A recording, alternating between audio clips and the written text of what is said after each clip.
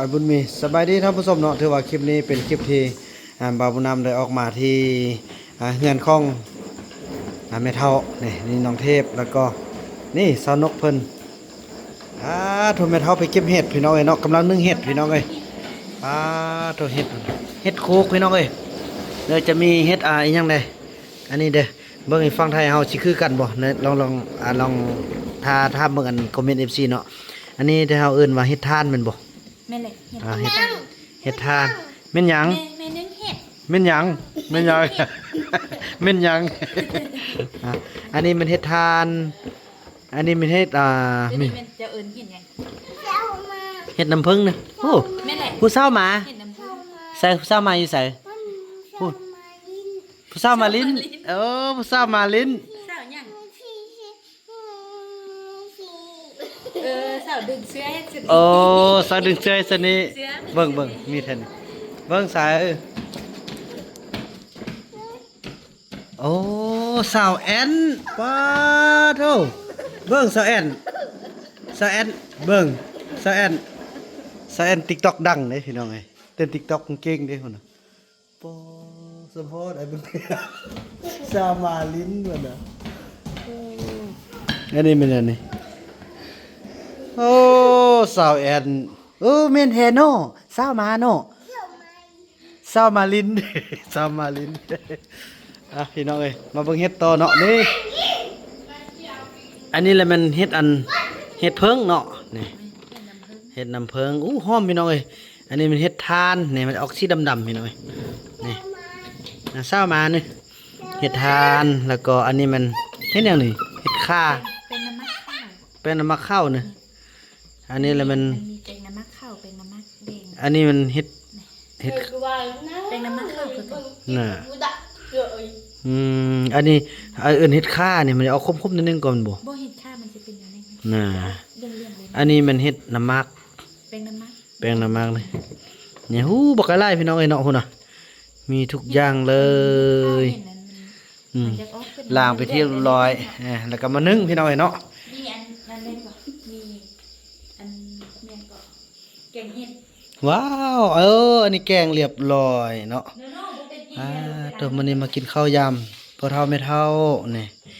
เนาะพี่น้องเอ้ยมากินข้าวนำกันเด้อเนาะ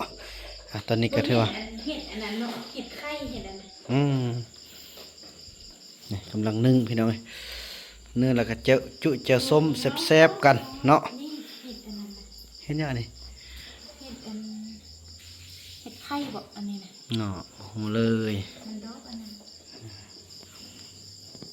กินแบบบานๆหอมเลยพี่น้องเอ้ยเนาะหอมตอนนี้สาวนกกำลังเอาขึ้นเนี่ยนี่เห็ดขาเห็ดทานเนี่ยดอกใหญ่ขนาดพี่น้องเอ้ยเนาะเธอคนปีนาก่อนมีงานอยู่ก่อนไปเก็บแล้วมันตากแดดมานึ่งสุกแล้วตากแดดไว้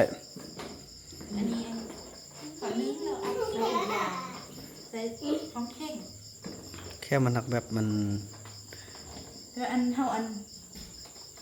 นึ่งเราเอาไปตักแดดบ้านเฮามาครัวกินที่ห้องเนาะแล้วที่เป็นแบบเห็ดอันนั้นเนาะเห็ดหอมแม่นหล่นเลยยะหน่อให้ซะได้ได้1 2เทื่อนึง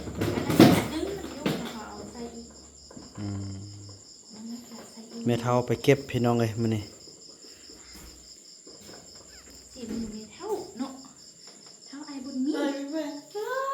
เศร้ามายังเกาะ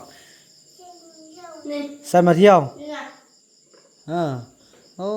เธอเพิ่นไปติดตามเพิ่นกดไลค์บ่าวบุญนำเลยพี่น้องเอ้ย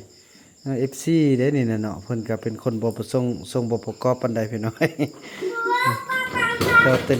TikTok เก่งเด้พี่น้องเอ้ยเนาะนี่อันนี้แหละมันตู้เย็นเนาะที่ว่าแม่เจนเฮาซื้อให้นี่ปีหน้าได้มีอยู่ฮ้ออยู่เฮือนแล้วปีนี้ฝากไว้อยู่นำเฮือนพ่อเฒ่าแม่เฒ่าก่อนเนาะเป็นปีหน้าได้มาอยู่บ้านอยู่เฮือนเฮาเด้อแม่เด้อคุณแม่เจนจิราทานดีเนาะ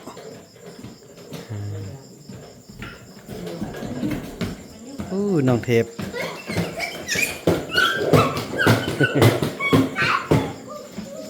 ล้นเลยเธอ หอมดีขนาดเลยโอ้นี่ มันกระโบอันนั้นแบบนี้ แดงๆเห็ดแดง โบเต็มโบอันนั้น แดงๆนะ เดี๋ยว นี่เฮ็ดน้ำมากหอมมันแต่เฮ็ดหอมๆหมดอืม หอม มาใหญ่ใส่เคียนตึ้มกันเนาะ ยังแบบยังแซ่บนะเอาตัวนี้ตึมก็เลยอันนั้นอยู่หม้ออยู่บ้านอันโพนทองนี่ได้พี่น้อยโอ้อุดมสมบูรณ์แท้ว่ะพี่น้อยว้าผู้สาวจูบว้าสาวจูบมักบ่ผู้สาวจูบนั่นน่ะมักบ่ สาวไผ่ผู้สาวไผ่สาวลิดแกมสาวจุ๊บแกม ชอบเลยแก้มสาวจูบแก้มอู้ล้นเลยมันล้นเลยอืมเอ้าห้องดังกระดอกนางเทพเข้าเฮียนก็จะได้ขึ้นมาส่งแล้วนึกเอาไปนึ่งมือตึมก็ได้นึกหรือว่าเป็นเสยได้อันนี้นะหัวหยัง หัวหยังเนาะสาวแอนเฮานี่หุ่น สาวแอนบุญมีก็เริ่มปักเป็นเก่งขนาดพี่น้องเดี๋ยวนี้เนาะอ๋อโธ่ลมจนบ่ซ้ำสิลมเมื่อกี้เพิ่นรายงานผู้สาวมาลิ้นสาวหอมแก้มสาวหอมลิ้นแก้มเด้อเนาะรถมาแล้วนะ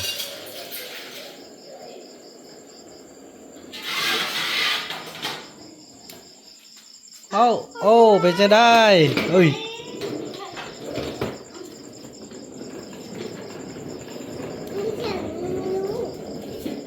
เนี่ย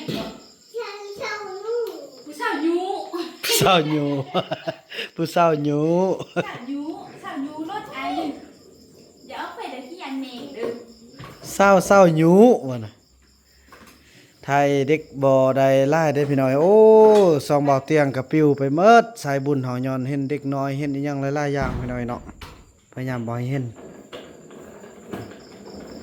กดแห้งขนาดได้ YouTube เดี๋ยวนี้พี่น้องเอ้ย สาวยูตำเด้อ สาวหยูสาวแอนหยูน่ะ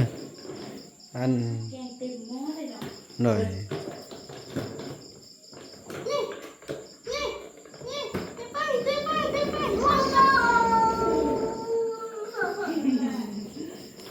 ตอนนี้ก็ได้มัน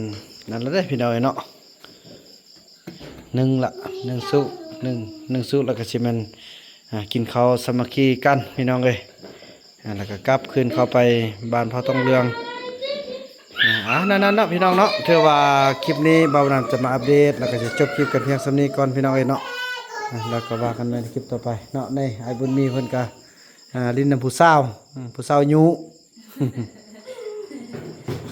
นั่นนะพี่น้องคลิปนี้บ่าวนำขออนุญาตกล่าวคำว่าสำบายดี